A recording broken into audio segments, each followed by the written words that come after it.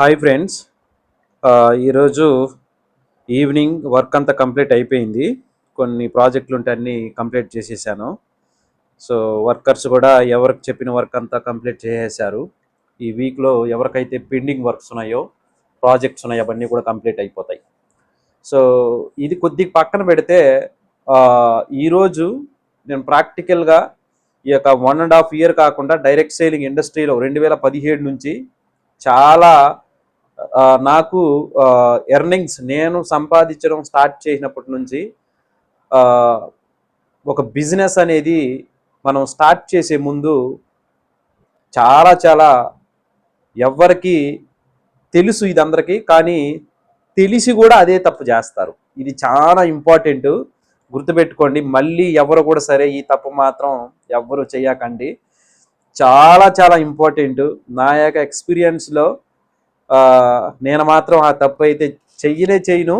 అసలు అది ఎవరైనా ఆఫర్ ఇస్తే కూడా ఆ మిస్టేక్ మాత్రం నేను ఎప్పటికీ చేయను. అదేంటంటే బిజినెస్లో పార్ట్నర్షిప్ని సెలెక్ట్ చేసుకోవడం. నెట్వర్క్ మార్కెటింగ్లో మనము అప్లైన్గా ఉండి డౌన్ లైన్ని, లేదంటే మనం డౌన్ లైన్గా ఉండి అప్లైన్ని సెలెక్ట్ చేసుకోవడం కామన్. ఇది లేకపోతే నెట్వర్క్ అనేది రన్ అవ్వదు. ఓకేనా? సో మనం డైరెక్ట్ సేలింగ్ కంపెనీనే నడపలేము. సో ఇక్కడ మనము ఏదైనా ఒక డైరెక్ట్ డౌన్ లైన్ని లేదంటే టీంని మంచి ఒక టీంలో ఒక మంచి మెంబర్ని సెలెక్ట్ చేసుకుంటున్నామంటే వందలాది మంది మీ టీంలో జాయిన్ అవుతారు, కానీ ఒక మంచి పర్సన్ మాత్రమే మీతో కలిసి జర్నీ చేస్తాడు. వాళ్ళకి అన్ని విధాలుగా తెలిసి ఉంటాయి. లోకం అంటే ఏంది, ఎన్నో బుక్స్ చదివి ఉంటారు, లీడర్షిప్ గురించి తెలుసుంటుంది, పార్ట్నర్షిప్ అనేది ఏ విధంగా చేయాలో తెలుసుంటుంది. అన్ని విషయాలు తెలిసి ఎక్కడ తగ్గి ఉండాలా, మన యొక్క లీడర్షిప్ని, మన యొక్క ఫ్రెండ్షిప్ని, మన యొక్క పార్ట్నర్షిప్ని ఎలా కాపాడుకోవాలా అనేటువంటి మెలకువలు తెలిసినటువంటి వాళ్ళు మాత్రమే బిజినెస్లో ఒక పార్ట్నర్షిప్ వేసుకొని నెగ్గగలుగుతున్నారు. ఇది గుర్తుపెట్టుకోండి, చాలా చాలా ఇంపార్టెంట్. తర్వాత ఒక కంపెనీ మనం స్టార్ట్ చేస్తున్నామంటే, లేదంటే ఒక బిజినెస్ మనం స్టార్ట్ చేస్తున్నామంటే, ముఖ్యంగా డైరెక్ట్ సేలింగ్ కంపెనీ అయినా లేదంటే ట్రెడిషనల్గా మీరు ఏదైనా ఒక వ్యాపారం స్టార్ట్ చేసినా కూడా సరే, చాలా చాలా జాగ్రత్తగా ఉండవలసినటువంటి విషయము పార్ట్నర్షిప్ని సెలెక్ట్ చేసుకోవడంలో. ఈరోజు ఒక మనం మ్యారేజ్ చేసుకోవాలంటే ఎన్నో విధాలుగా మనము వాళ్ళకి శాస్త్రాలు చూస్తాం, వాళ్ళ జాతకం వీళ్ళ జాతకం చూస్తాం, లేదంటే వాళ్ళ తరాలు వాళ్ళ జనరేషన్స్ గురించి తెలుసుకుంటాం. అమ్మాయి ఏంటి, ఏ విధంగా అమ్మాయి అయితే అబ్బాయి గురించి అన్నీ తెలుసుకుంటుంది. కానీ మనం ఒక బిజినెస్ పెట్టేదానికి ఎదుటోడి యొక్క క్యారెక్టర్ ఏంటి, తను ఏ విధంగా ఆలోచిస్తాడు, తన యొక్క మైండ్ సెట్ ఏంటి, తన మెంటాలిటీ ఏ విధంగా ఉంటుంది, ఏ బుక్స్ చదువుతాడు, తన మెయిన్ గోల్ ఏంటి, సో తన యొక్క జర్నీలో ఓపిక అనేది ఉందా లేదా, ఏదైనా చెప్తే దాన్ని యాక్సెప్ట్ చేస్తాడా చేయడా. సో మన ఇద్దరం కలిసి ఒక కంపెనీ పెడుతున్నామంటే ఆ కంపెనీని మనం ఇద్దరు కలిసి లైఫ్ టైం రన్ చేయగలమా, రన్ చేయలేమా, తినకు అసూయ ఉందా, సో లేదంటే డైవర్ట్ అయిపోతాడా, అన్ని విధాలుగా 1కి 10,000 సార్లు ఆలోచించి పార్ట్నర్షిప్ని సెలెక్ట్ చేసుకోండి. ఈ ఒక్క చిన్న మిస్టేక్ వల్ల చాలామంది ఉన్నత పొజిషన్స్కి ఎదగాల్సిన వాళ్ళు అలాగే డౌన్ అయిపోయారు. ట్రెడిషనల్ మార్కెటింగ్లో కూడా అంతే. ఇప్పుడు నాకు తెలిసిన వాళ్ళు లాస్ట్ ఇయరు దగ్గర దగ్గర కోట్లలో ఇన్వెస్ట్మెంట్ పెట్టి ఒక చిన్న బిజినెస్ స్టార్ట్ చేశారు. నాకు ఒక 5 కిలోమీటర్ల దూరంలో ట్రెడిషనల్గా స్టార్ట్ చేశారు. కానీ ఈరోజు వాళ్ళ మధ్య ఎలాంటి గొడవ వచ్చిందో తెలియదు, ఇద్దరు కేసులలో ఉన్నారు. వాళ్ళ ఫ్యామిలీ అంటే వీళ్ళకి పడదు, వీళ్ళ ఫ్యామిలీ అంటే వాళ్ళకి పడదు, ఆ విధంగా అయిపోయారు చాలామంది.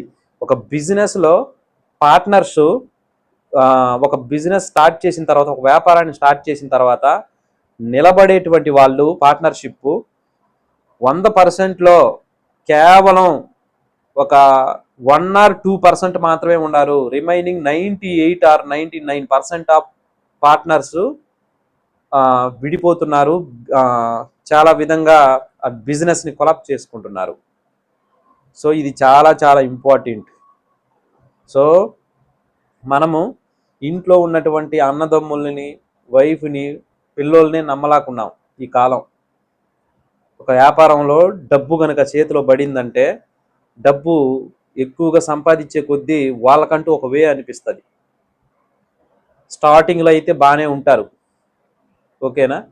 సో ఈ మెంటాలిటీ గురించి మీకు అర్థమయ్యేలాగా సింపుల్ ఒక ఎగ్జాంపుల్ చెప్తాను. నాకు లాస్ట్ వీక్ ఒక ఆయన ఏం చేశాడంటే, నాకు అర్జెంటుగా చాలా కష్టం వచ్చి పడింది, నాకు నువ్వుదా దేవుడివి, నాకు అర్జెంటుగా ఒక 10,000 హెల్ప్ చెయ్యి అని చెప్పేసి మా ఇంటికి వచ్చాడు. సర్లే అని చెప్పేసి ఇచ్చాను. తర్వాత నేనైతే మళ్ళీ తిరిగి అడగలేదు, మా మమ్మీ తిరిగి అడిగింది తనని. అడగడం వల్ల తను ఏమన్నాడంటే, ఆ రోజు మాత్రం నువ్వే దేవుడు, నువ్వు లేకపోతే చనిపోతానని పర్సను ఒక్క వారానికే మనిషి మారిపోయి ఏమన్నాడంటే, ఊరు వదిలిపెట్టి వెళ్ళిపోను, ఈ ఊర్లోనే ఉంటాను, ఖచ్చితంగా ఇస్తానన్నాడు. అంటే పార్ట్నర్షిప్ కూడా సేమ్.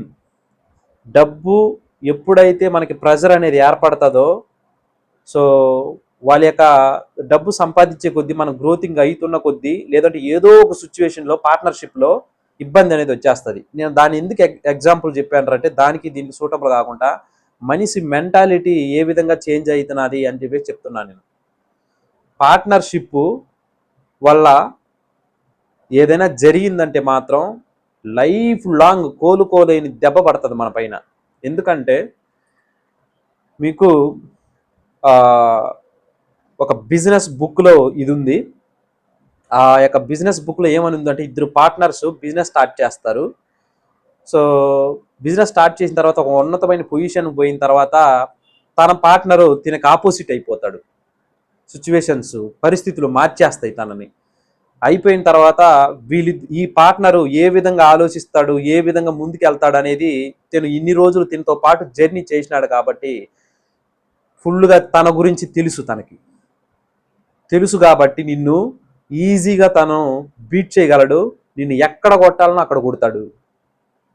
అంటే మన యొక్క డ్రాబ్యాక్స్, మన మైనస్ పాయింట్లు, మనం ఏం చేస్తాం, మన శక్తి సామర్థ్యాలు ఏంటని చెప్పేసి మన పార్ట్నర్కి పిన్ టు పిన్ తెలుస్తాయి.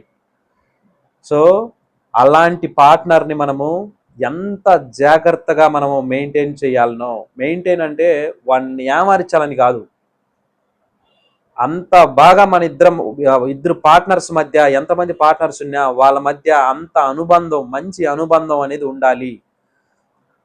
ఒకరికి మించి ఒకరు మంచి అండర్స్టాండింగ్తో ఉండాలి.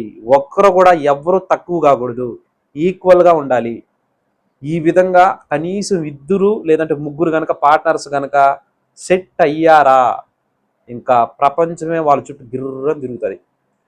ఈ మిస్టేక్ వల్లే చాలామంది బిజినెస్లో కొలాప్స్ అయిపోయింటారండి. అది మీకు తెలియదు. మీ సరౌండింగ్లో చాలామంది పార్ట్నర్షిప్ వేయడం వల్లనే వాళ్ళు లైఫ్లో బిజినెస్ చేయలేక ఇబ్బంది పడి బిజినెస్ మొత్తం లాస్ వచ్చి లైఫ్లో కోలుకోలేని దెబ్బ తగులుంటుంది వాళ్ళకి.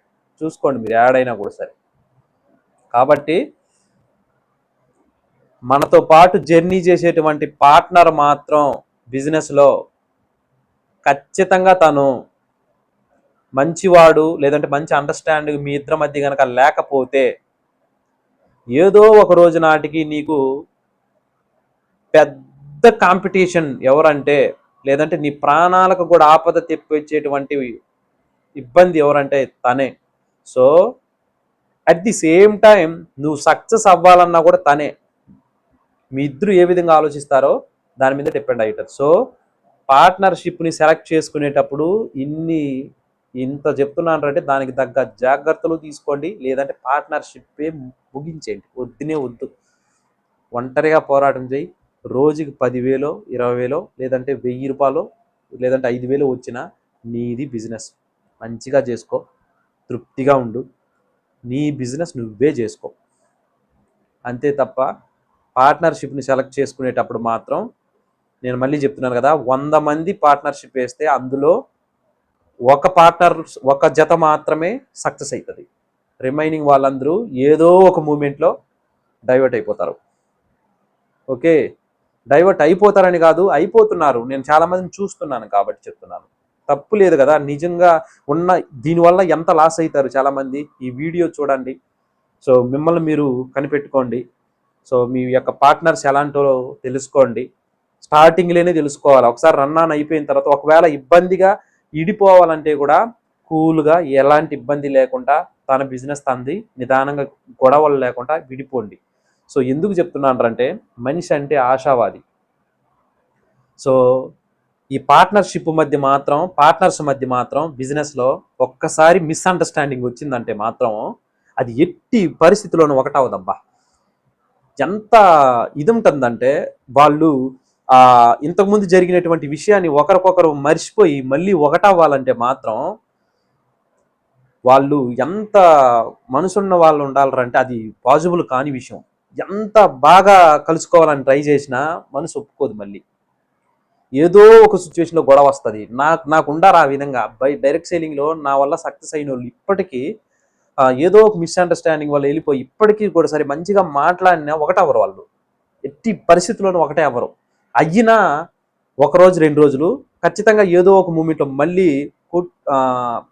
ఇద్దరికి పెద్ద గొడవ వచ్చేంతగా ఏర్పడిపోతుంది. మళ్ళీ అంత ఇదిగా మనం కలుసుకోవాలనుకున్నా కూడా ఇంక సెట్ కాదు. ఎందుకంటే నేను ప్రాక్టికల్గా చూస్తున్నాను, నా లైఫ్లో జరిగినాయి. సో అప్పటి నుంచి నేను ఎవరిని కూడా సరే నమ్మను. సో నా బిజినెస్ ఏదో నేనేదో చేసుకుంటూ ముందుకెళ్తున్నా.